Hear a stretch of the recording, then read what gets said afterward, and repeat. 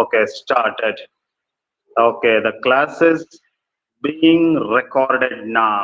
Well, good. On children, the next poem on children. Look at that. On children. ಹೇಗೆ read ಮಾಡೋದು ಅದನ್ನ? On children. On children ಅಲ್ಲ. On children.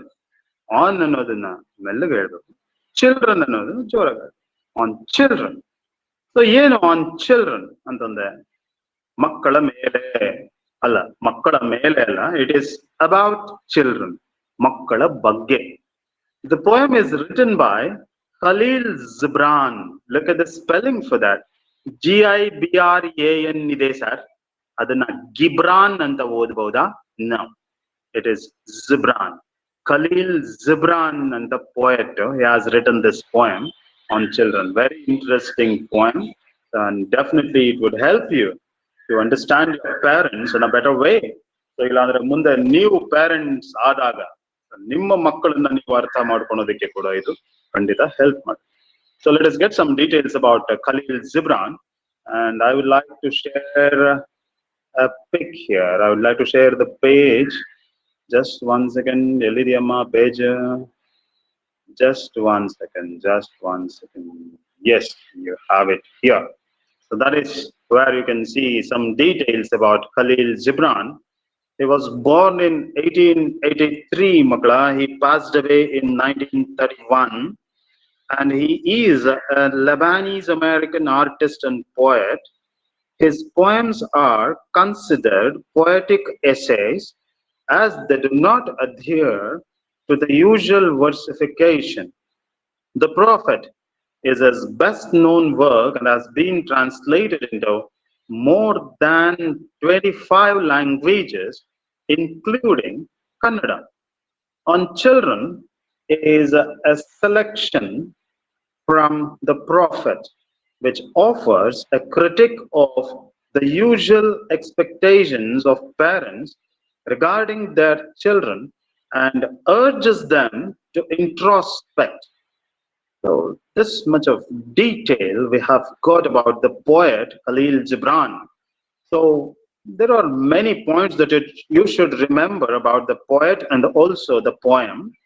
First vishya, what you should remember ಅಂತಂದ್ರೆ ಈ Khalil Gibran, he was a Lebanese American artist and poet.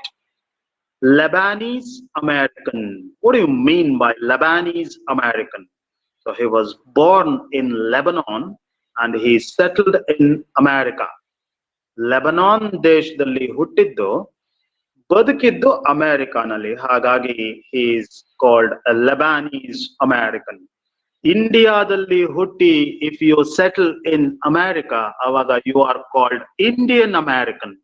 So ಅದೇ ರೀತಿ ಹೀಗೆ ಇಲ್ಲಿ ಇವನು he was a Lebanese American, and look at that, he was an artist and also a poet.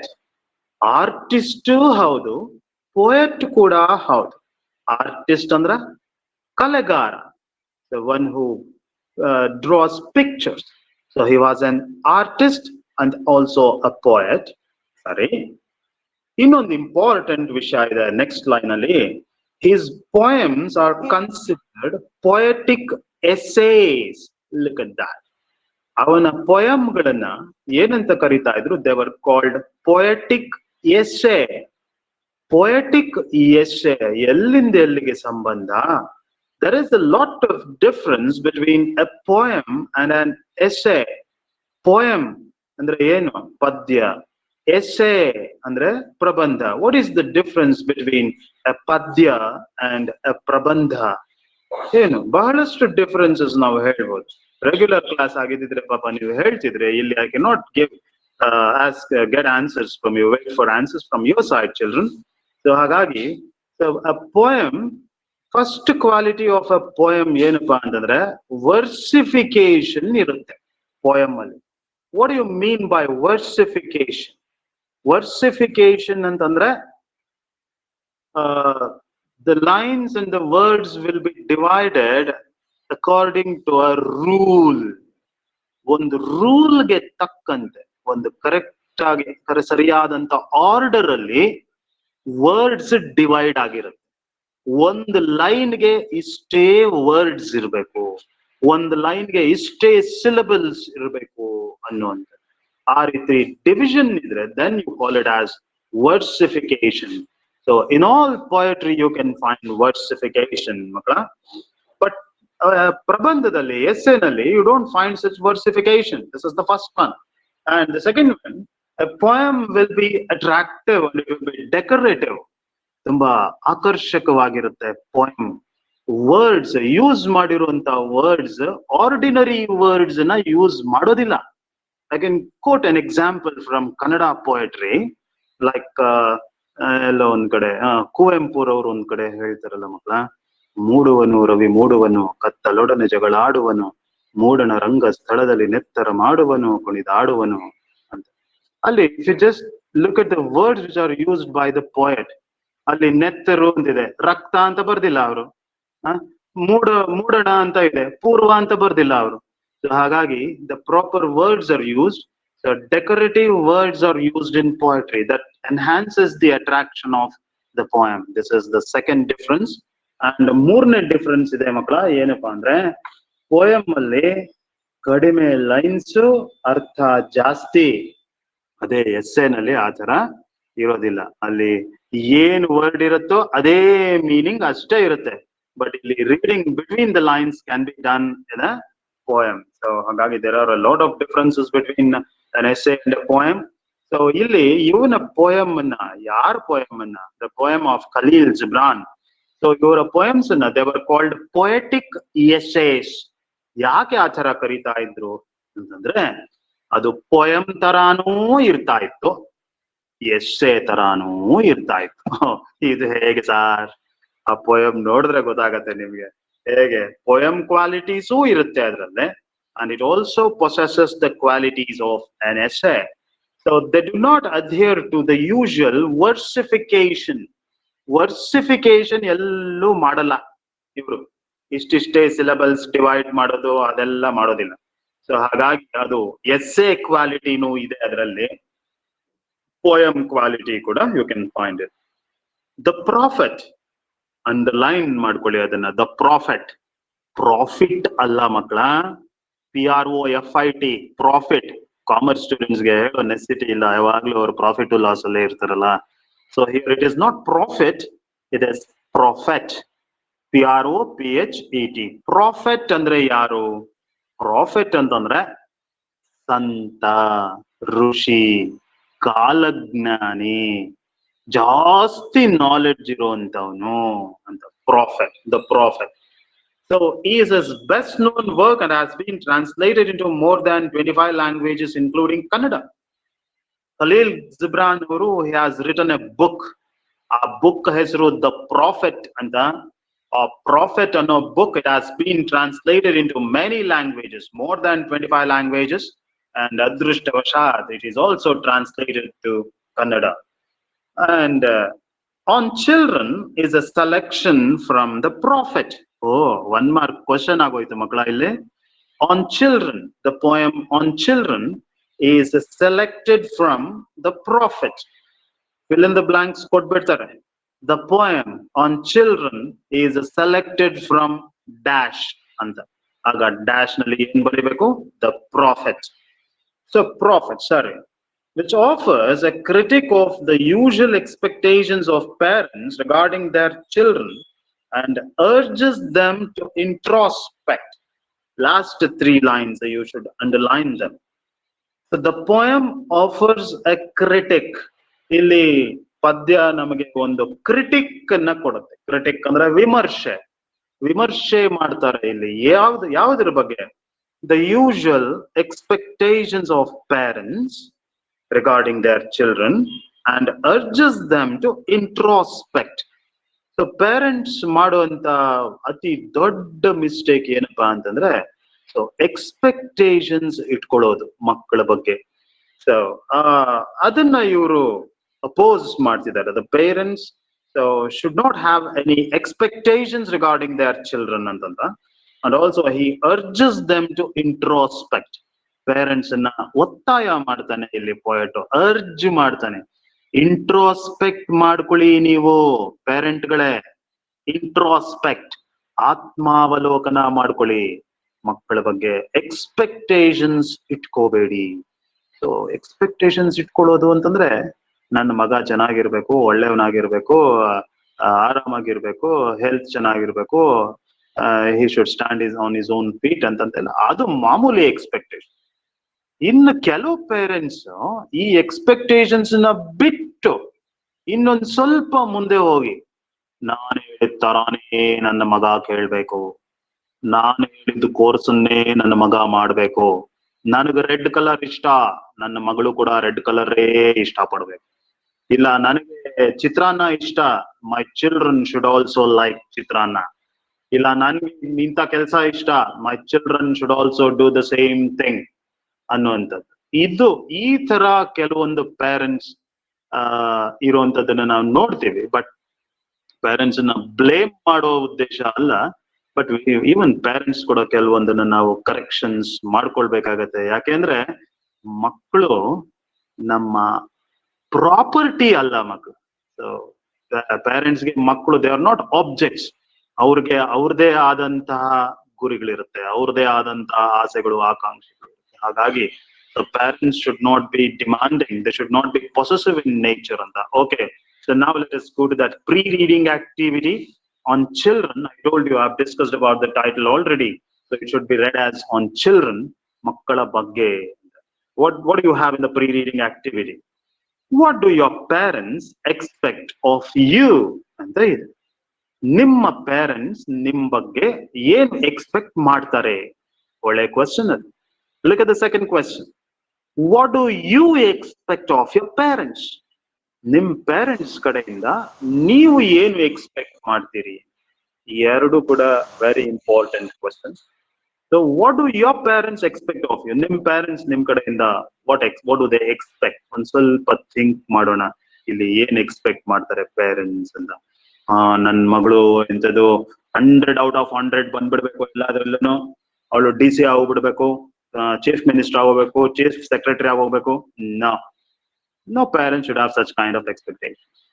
Parents children ಕಡೆಯಿಂದ expect ಮಾಡೋದು ಇಷ್ಟೇ, ನನ್ನ ಮಗಳು ಏನೋ ಒಂದ್ ಸ್ವಲ್ಪ ಪಾಪ ಓದ್ತಾ ಇದ್ದಾಳೆ, ಚೆನ್ನಾಗಿ ಓದ್ಲಿ, ಅಟ್ಲೀಸ್ಟ್ ಎಂತದ್ದು ಅವಳ ಪಾರ್ಟ್ ಆಫ್ ವರ್ಕ್ ನ ಅವಳು ಕರೆಕ್ಟ್ ಆಗಿ ಮುಗಿಸ್ಕೊಂಡು ಹೋದ್ರೆ ದಟ್ ಈಸ್ ಇನಫ್ ಅನ್ನುವಂತ ಎಕ್ಸ್ಪೆಕ್ಟೇಷನ್ಸ್ ಎಲ್ಲ ಪೇರೆಂಟ್ಸ್ಗೂ ಇರುತ್ತೆ. And what do you expect of your parents? ನಿಮ್ ಪೇರೆಂಟ್ಸ್ ಇಂದ ನೀವ್ ಏನ್ ಎಕ್ಸ್ಪೆಕ್ಟ್ ಮಾಡಿ?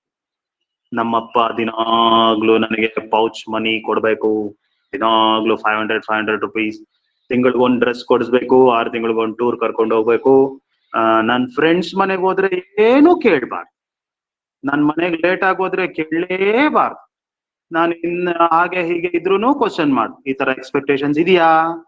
No.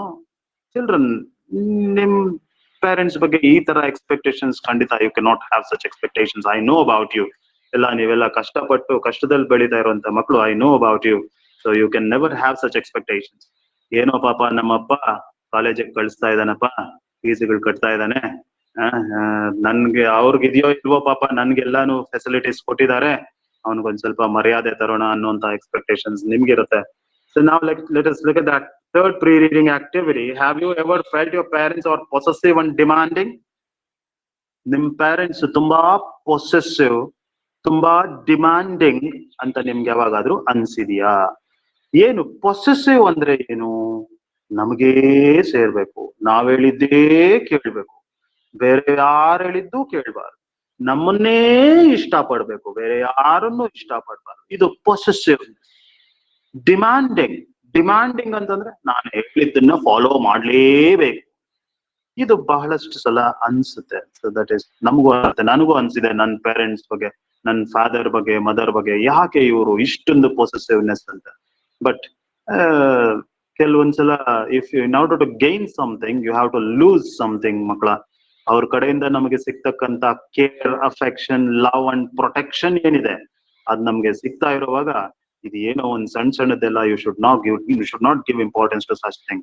So possessive and demanding nature ಇದ್ದೇ ಇರುತ್ತೆ ಪೇರೆಂಟ್ಸ್ ಅಲ್ಲಿ. ಸೊ ಮುಂದಕ್ಕೆ ನಾವು ಪೇರೆಂಟ್ಸ್ ಆದಾಗ ಕೂಡ you will be possessive and demanding with your children. ಹಾಗಾಗಿ you need not to worry about it. Now let us go to the poem. Look at that picture makla, beautiful picture ide ali, bird ide, mother bird ide, and look at the fledglings. What do you mean by fledglings? Fledglings or bird maris? Yes, hakkiya marigalanna you call them as fledglings. ಆ ಎರಡು fledglings, you see how the mother bird is feeding the fledglings. ತನ್ನ ಬಾಯಿಂದ feed ಮಾಡಿಸ್ತಾ ಇದೆ. ಅದಕ್ಕೆ beautiful picture. So ಆ ಒಂದು picture ಸಾಕು ಪೇರೆಂಟ್ಸ್ ಏನು ಅಂತ ಹೇಳೋದಕ್ಕೆ ಮಕ್ಕಳ. So look at that. So ಬಾಯಲ್ಲಿರೋದನ್ನ ನುಂಗ್ ಬಿಡ್ತೀರಾ, it is feeding its fledglings, ಮರಿಗಳಿಗೆ ತಿನ್ನಿಸ್ತಾ ಇದೆ. ಓಕೆ, ನಾವು ಇಷ್ಟ ಆಯ್ತು. ಈಗ let us go to the poem. First I will read the poem. Careful agi listen and follow it in your textbook. Okay, begins. And a woman who held a babe against her bosom said, "Speak to us of children." And he said, "Your children are not your children. They are the sons and daughters of life's longing for itself. They come through you, but not from you. And though they are with you, yet they belong not to you. You may give them your love, but not your thoughts, for they have their own thoughts. You may house their bodies, but not their souls, for their souls dwell in the house of tomorrow, which you cannot visit, not even in your dreams. You may strive to be like them, but seek not to make them like you. For life goes not backward, nor tarries with yesterday. You are the bows from which your children as living arrows are sent forth. The archer sees the mark upon the path of the infinite, and he bends you with his might, that his arrows may go swift and far. Let your bending in the archer's hand be for gladness. For even as he loves the arrow that flies, so he loves also the bow that is stable. Allige. So look at the poem again. ಮಕ್ಕಳ, ಈ poem ನ ಒಂದ್ ಸ್ವಲ್ಪ ವಿಚಿತ್ರವಾಗಿ divide ಮಾಡಬಹುದು ನಾವು ಎರಡು ಪಾರ್ಟ್ಗಳ. ಎಷ್ಟು ವಿಚಿತ್ರವಾಗಿ ಅಂತೀರಾ? ಆ ಫಸ್ಟ್ ಲೈನ್ ಇದೆಯಲ್ಲ, and a woman who held a babe against her bosom said, "Speak to us of children." ಆ ಲೈನೇ ಒಂದು ಭಾಗ, ಮಿಕ್ಕಿರೋ ಪೋಯಮ್ ಎಲ್ಲ ಇನ್ನೊಂದು ಭಾಗ. ಅದ್ ಯಾಕೆ ಸಾರ್ ಹಿಂಗೆ ಅಂತ ಹೇಳ್ತೀರಾ? ಯಾಕೆ ಅಂದ್ರೆ ಆ ಫಸ್ಟ್ ಲೈನ್ ಅಲ್ಲಿ ಮಾತಾಡಿರೋದು ಒಬ್ಳು woman. the words are spoken by a woman ಮಕ್ಕಳ. ಅಂಡ್ ಮಿಕ್ಕಿರೋ ಪೋಯಮ್ ಎಲ್ಲಾನು ಕೂಡ ಹೇಳಿರೋದು ಯಾರು, ಮಾತಾಡಿರೋದಂತಂದ್ರೆ ಒಬ್ಬ ಪ್ರಾಫೆಟ್, ಸಂತ. ಬಹಳಷ್ಟು ಜನ, so they are of the opinion that the santa, the prophet in this poem is none other than Prophet Muhammad ಅಂತ ಕೆಲವರು ಹೇಳಿದ್ದಾರೆ. ಬಟ್ ನಮ್ಗೆ ಅದಕ್ಕೆ ಯಾವುದೇ ಪ್ರೂಫ್ ಇಲ್ಲ ಇಲ್ಲಿ. ಅನ್ಕೊಂಡ್ರೆ ಅನ್ಕೋಬಹುದು, ತಪ್ಪೇನಿಲ್ಲ. ಒಟ್ಟಲ್ಲಿ he is the prophet who is the speaker. ಈಗ ಫಸ್ಟ್ ಲೈನ್ ನೋಡೋಣ ಮಕ್ಕಳ. Just look at that. A woman who held a babe against her bosom said, "Speak to us of children." ಯಾವುದೋ ಒಂದು ಊರು, ಆ ಊರಿಗೆ ಒಬ್ಬ ಪ್ರಾಫೆಟ್ ಹೋಗ್ತಾನೆ. ಪ್ರಾಫೆಟ್ ಹೋಗಿ stays in that village. ಊರಿನ ಜನ ಎಲ್ಲ ಹೋಗಿ they visit the prophet and take his blessings. ಅವನ ಆಶೀರ್ವಾದ, ಅವನ ಗೈಡೆನ್ಸ್ ತಗೊಳ್ತಾ. ಆ ಊರಲ್ಲಿ there will be a woman with her child, ಒಂದು ಬೇಬಿ, ಒಂದು ಮಗುವಿನ ತಾಯಿ ಇರ್ತಾರೆ. So she decides to go and visit the prophet.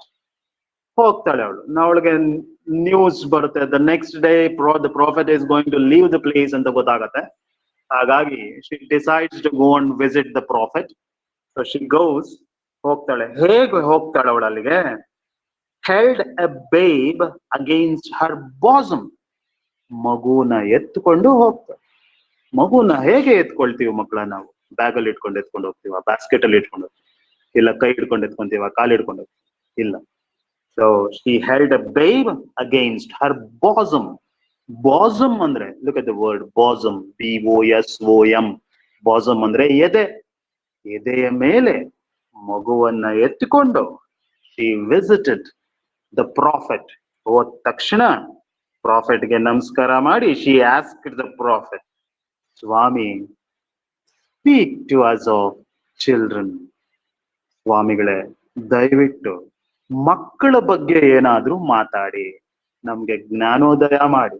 enlighten us, please speak something about children. ಹೇಳ್ಬಿಟ್ಟು ಸುಮ್ಮನೆ ಇದ್ಬಿಟ್ಲ ಅವಳು. and he said, he ಅಂದ್ರೆ ಯಾರಿಲ್ಲಿ? the prophet said. ಇಲ್ಲಿಂದ ಹೇಳೋದೆಲ್ಲ the prophet. ನೋಡೋಣ ಏನ್ ಹೇಳ್ತಾನೆ prophet. your children are not your children. ತಾಯಿ ಕೇಳಮ್ಮ, your children ನಿಮ್ಮ ಮಕ್ಕಳ ತಾಯಿ. your children are not your children. ನಿಮ್ಮ ಮಕ್ಕಳು ನಿಮ್ಮ ಮಕ್ಕಳಲ್ಲ ತಾಯಿ. ಇದೆಂತ ಮಾತ್ರಿ ಇದು? ನಿಮ್ಮ ಮಕ್ಕಳಲ್ಲ ಅಂತಂದ್ರೆ ಇನ್ಯಾರ ಮಕ್ಕಳಾಗೋದಿಕ್ ಸಾಧ್ಯ ಅವರು? So your children are not your children. Next line ನೋಡಿದ್ರೆ ಅರ್ಥ ಆಗ ಏನಿದೆ. ನೆಕ್ಸ್ಟ್ ಲೈನ್, ನಿಮ್ಮ ಮಕ್ಕಳಲ್ದಿರ ಇದ್ರೆ ಇನ್ಯಾರ ಮಕ್ಕಳು ಅವರು?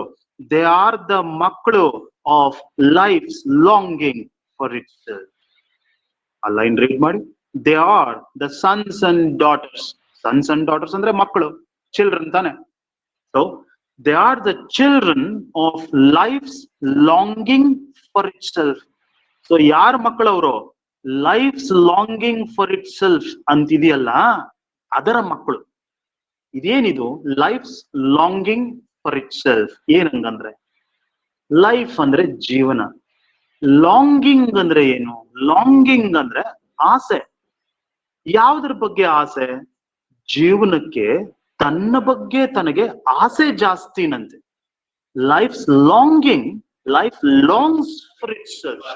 ಸೊ ಅಷ್ಟು ಈಸಿಯಾಗಿ ಲೈಫ್ ನ ಎಂಡ್ ಮಾಡೋದಕ್ಕೆ ಇಟ್ ಈಸ್ ನಾಟ್ ಪಾಸಿಬಲ್ ಮಕ್ಕಳ. ಅಷ್ಟು ಬೇಗ ಎಷ್ಟು ಧೂಮಕೇತುಗಳು ಬಂದು ಅರ್ತ್ ಗೆ ಡಿಕ್ಕಿ ಹೊಡೆದಿದ್ರು ಕೂಡ it can not erase life from the earth. Life ಮತ್ತೆ ಚಿಗುರು ಹೊಡಿತಾನೆ ಇರುತ್ತೆ. ಲೈಫ್ಗೆ ತನ್ನ ಮೇಲೆ ತನಗೆ ಎಷ್ಟು ಆಸೆ ಅಂತಂದ್ರೆ, ಎಲ್ಲೋ ದೊಡ್ಡ ಬೆಟ್ಟದ ಮೇಲೆ, ದೊಡ್ಡ ಕಲ್ಲು ಮೇಲೆ ಒಂದ್ ಸಣ್ಣ ಕ್ರ್ಯಾಕ್ ಇದ್ರೆ ಅಲ್ಲಿ ಒಂದು ಬೀಜ ಹೋಗಿ ಬಿದ್ದು ಅದರ ಮೇಲೆ ಧೂಳು ಕೂತ್ಕೊಂಡು ಅದರ ಮೇಲೆ ಮಳೆ ಹನಿ ಬಿದ್ದು ಅಲ್ಲಿಂದ ಒಂದು ಮೊಳಕೆ ಹೊರಗಡೆ ಬರುತ್ತಲ್ಲ. ಎಷ್ಟು ಆಸೆ ಇದೆ ಲೈಫ್ಗೆ ತನ್ನ ಮೇಲೆ ತನಗೆ. ಅದರ ಮಕ್ಕಳು ಅವರು. So your children are not your children. Then whose children they are? They are the children of life's longing for itself. They come through you but not from you. Underline ಮಾಡ್ಕೊಳ್ರಿ ಅದನ್ನ. They come through you but not from you. ನೋಡಮ್ಮ ತಾಯಿ, ಆ ಮಕ್ಕಳನ್ನ ಸೃಷ್ಟಿ ಮಾಡಿರೋಳ್ ನೀನಲ್ಲ ತಾಯಿ. ಅವರು ನಿನ್ನ ಮೂಲಕ ಬಂದಿದ್ದಾರೆ ಹೊರತು ನಿನ್ನಿಂದ ಬಂದಿಲ್ಲ. They come through you but not from you. Remember this. Prophet ಹೇಳ್ತಾ ಇದ್ದಾನೆ ಆ ಲೇಡಿಗೆ, ಆ ವುಮನ್ಗೆ. ಸೊ they come, they ಅಂದ್ರೆ ಯಾರಿಲ್ಲಿ? the children come through you. ನಿನ್ನ ಮೂಲಕ ಬಂದಿದ್ದಾರೆ ಹೊರತು they have not come from you. ಹಾಗಾದ್ರೆ ಯಾರಿಂದ ಬಂದಿರೋದು ಆ ಮಕ್ಕಳು? ಇದ್ದಾನೆ ಮೇಲೆ ಒಬ್ನು ಪರಮಾತ್ಮ. Yes, God has sent them through the parents to the earth. ಆ ಗಾಡ್ ಮಕ್ಕಳನ್ನ ಸೃಷ್ಟಿ ಮಾಡಿ ಆ ತಂದೆ ತಾಯಿ ಅನ್ಸ್ಕೊಂಡವ್ರ ಮೂಲಕ ಭೂಮಿಗೆ ಕಳಿಸಿದ್ದಾರೆ. They come through you but not from you. ನಿನ್ ಪ್ರಾಪರ್ಟಿ ಅಲ್ಲ ತಾಯಿ ಅವರು. ಮಕ್ಕಳಂದ್ರೆ ನಾವು ಇಟ್ಕೊಂಡಿರೋ ಮೊಬೈಲ್ ಫೋನ್ ಅಲ್ಲ, ನನಗೆ ಇಷ್ಟ ಬಂದಾಗ ಚಾರ್ಜ್ಗೆ ಹಾಕ್ತೀನಿ, ಇಲ್ಲ ಅಂದ್ರೆ ತೆಗ್ದಾಕ್ತೀನಿ ಅನ್ನೋದಕ್ಕೆ. ಅವ್ರಿಗೆ ಅವ್ರದೇ ಆದಂತ ಲೈಫ್ ಉಂಟು. and thou they are with you, yet they belong not to you. ತುಂಬಾ ಇಂಪಾರ್ಟೆಂಟ್ ಈ ಲೈನ್. ದ ಯಟ್ ಎಂತದ್ದು, thou they are with you, ನಿನ್ನ ಜೊತೆ ಇದ್ದಾರೆ ಅಂದ ಮಾತ್ರಕ್ಕೆ ನಿನಗೆ ಸೇರಿರೋ ವಸ್ತು ಅಲ್ಲ ತಾಯಿ ಅವರು. though they are with you, yet they belong not to you. ನಿನಗೆ ಸೇರಿರೋರಲ್ಲ, ನಿನಗೆ ಇಷ್ಟ ಬಂದಾಗ ಮಾಡ್ತೀನಿ ಅನ್ನೋ. I just quote an example from my life.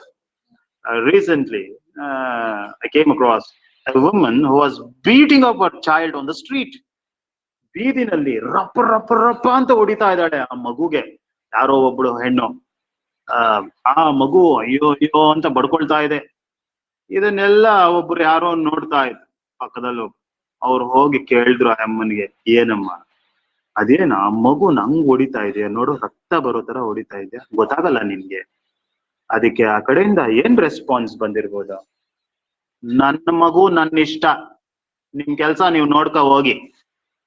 ಈಗ ರೆಸ್ಪಾನ್ಸ್, ಆಯಮ್ಮನ ಮಗು ಆಯಮ್ಮನ ಇಷ್ಟ. Is she the creator? ನೀನೇನ್ ಕ್ರಿಯೇಟ್ ಮಾಡಿದೀಯಾ ತಾಯಿ?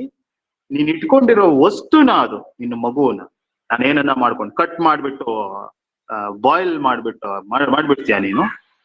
ನೀನ್ ಹಂಗ್ ಮಾಡಿದ್ರು ನಾವು ನಿನ್ನ ಕೇಳ್ಬಾರ್ದು. ನಾವು that is not the case. ಅದೇ ಇವ್ರಲ್ಲಿ ಹೇಳ್ತಿದ್ದಾರೆ, thou they are with you, yet they belong not to you. ನಿನಗೆ ಸೇರಿರುವಂತವ್ರು ಅಲ್ಲ ಅವರು. You may give them your love, but not your thoughts, but they have their own thoughts. You may give them your love. ಏನ್ ಕೊಡ್ಬಹುದು ನೀನ್ ಅವ್ರಿಗೆ? You can give your love, ಪ್ರೀತಿ ಕೊಡ್ಬಹುದು, but thoughts ಕೊಡೋದಕ್ಕೆ ಆಗೋದಿಲ್ಲ. You cannot give them your thoughts. ಆಲೋಚನೆಗಳನ್ನ ಕೊಡಕ್ಕಾಗೋದಿಲ್ಲ. ನಾನ್ ಯೋಚನೆ ಮಾಡ್ದಂಗೆ ನನ್ನ ಮಗ ಯೋಚನೆ ಮಾಡ್ಬೇಕು ಅನ್ಕೊಳ್ಳೋದು ನಾನು ತಪ್ಪಾಗ. So you can give them your love but not your thoughts, because they have their own thoughts.